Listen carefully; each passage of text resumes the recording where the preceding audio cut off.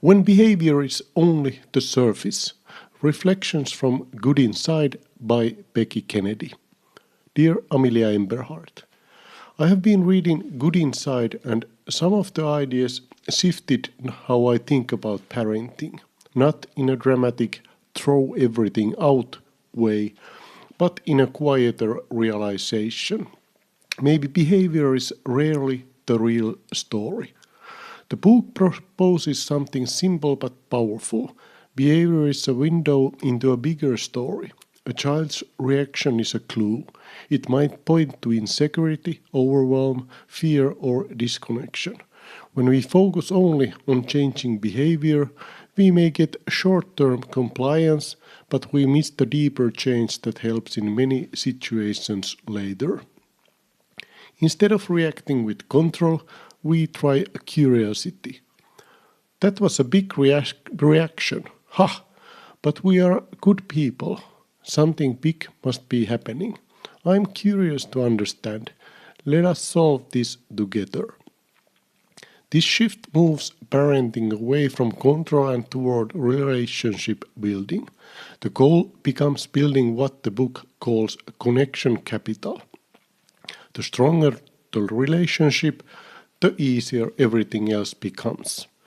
Even common tools like timeouts illustrate this tension.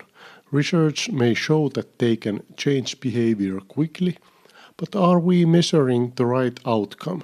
Immediate behavior change is not always the same as long-term emotional growth.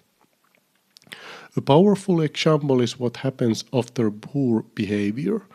Instead of treating the moment as a failure, it becomes a chance for a constructive conversation.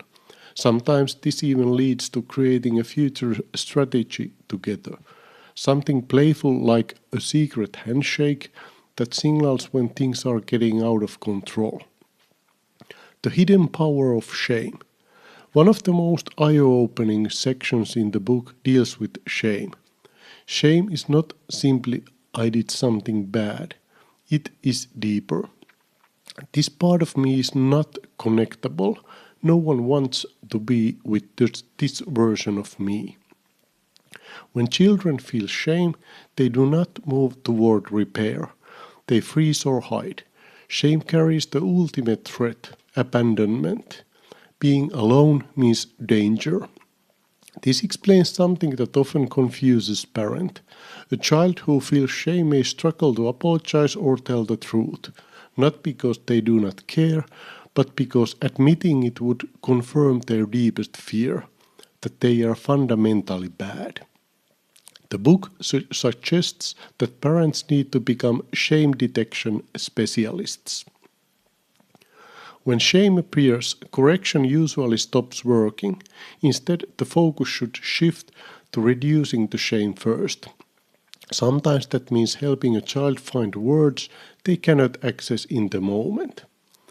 It is hard to find your I'm sorry voice right now. I've been there. I will help you. Or acknowledging the difficulty of facing uncomfortable truths. I know it is hard to talk about things we wish were not true. Unchecked shame does not disappear. Over time it can become wired into the body, pushing people to hide parts of themselves for years. Excuse me. Telling the truth builds safety. Another surprising insight is that the truth itself is rarely what scares children. What frightens them more is sensing that something is wrong without understanding it. The book calls this an unformulated experience, a feeling that something is off but without a story to make sense of it. When adults explain what happened, children often feel safer, not more afraid. The task is not to soften reality too much, it is simply to tell the truth. You are right to notice that something happened. Helping a child form a story about events builds something crucial, trust in their own perception and feelings. And sometimes the most honest answer is simply, I do not know. How we communicate matters as much as what we say. Tone, pacing, and attention to the child's experience carry enormous weight. Connection before correction. Another theme running through these chapters is the idea that connection fuels good behavior.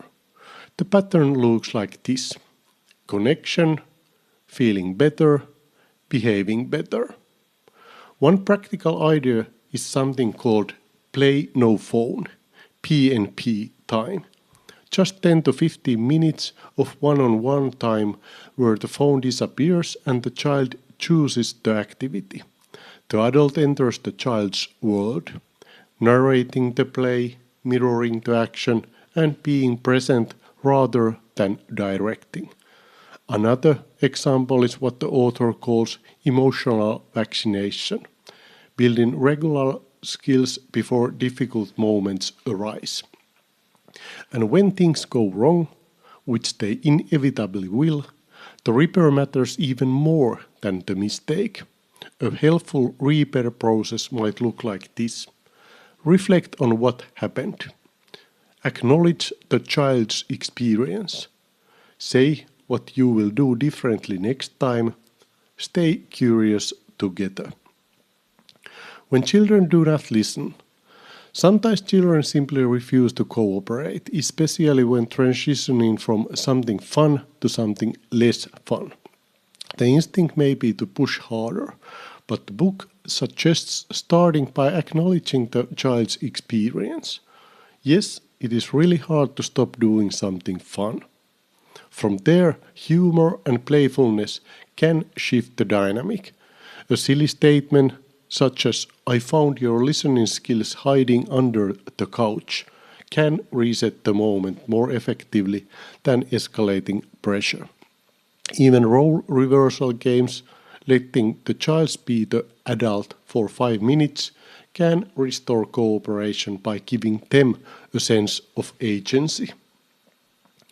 Tantrums are not a failure. Tantrums are often treated as something to eliminate, but the book reframes them as part of healthy development. A tantrum can mean, I know what I want even though someone else said no.